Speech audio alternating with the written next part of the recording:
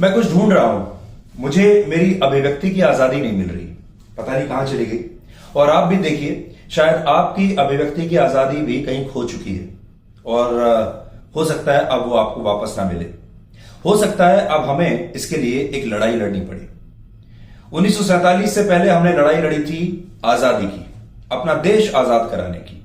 और आज 2022 में जब हमें आजाद हुए 75 वर्ष बीत चुके हैं, अब हमें एक नई लड़ाई लड़नी पड़ेगी अभिव्यक्ति की आजादी की।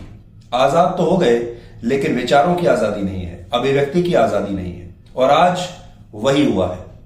भारत के अंतर्राष्ट्रीय फिल्म फेस्टिवल में इजराइल के एक फिल्म मेकर आते हैं और भारत की सबसे लोकप्रिय फिल्म कश्मीर फाइल्स को वल्गर प्रोपेगेंडा कहकर चले जाते हैं। और हमारे देश का एक वर्ग तालियां बजा रहा है और कह रहा है कि नडाव लापिड नाम के फिल्म मेकर जो कहकर गए हैं कश्मीर फाइल्स के बारे में, ये बिल्कुल सही है, ये फिल्म तो बिल्कुल बकवास है।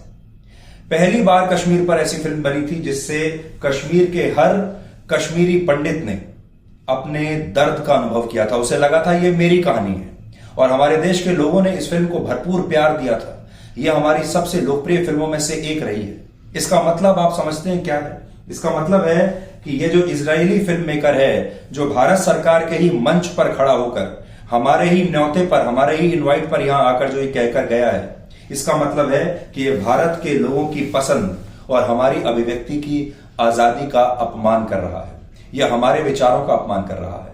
असल में इन सारे लोगों ने एक ऐसा गैंग बना लिया है जिसमें ये सोचते हैं कि अगर हमने अपने विचार व्यक्त किए तो वो एक अश्लील प्रोपेगेंडा है, और अगर ये विचार अपने प्रकट करते हैं तो उसे ये विचारधारा कहते हैं, उसे आर्ट कहते हैं, उसे कला कहते हैं। इस व्यवस्था को हमें तोड़ना होगा और इसके लिए अभिव्यक्ति की आजादी की एक नई लड़ाई हमें लड़नी होगी। दूसरा, अपने आजादी के 75 वर्ष पूरे होने पर हमें विदेशी लोगों का यह मोह त्यागना होगा कि कोई विदेश से आएगा वो हमारी तारीफ करेगा, या विदेश से कोई आएगा तो वो हमारी आलोचना करेगा और हम उससे बहुत आहत हो जाएंगे।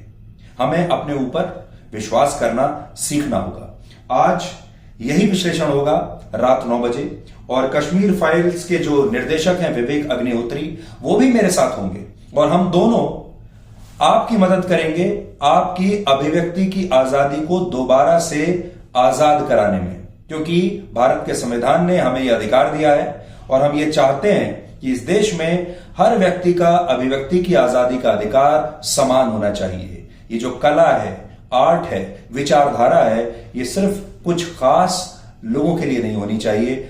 हमें भी उतना ही हक होना चाहिए अपनी विचारधारा का, कला का, आर्ट का, कविता करने का, फिल्म बनाने का।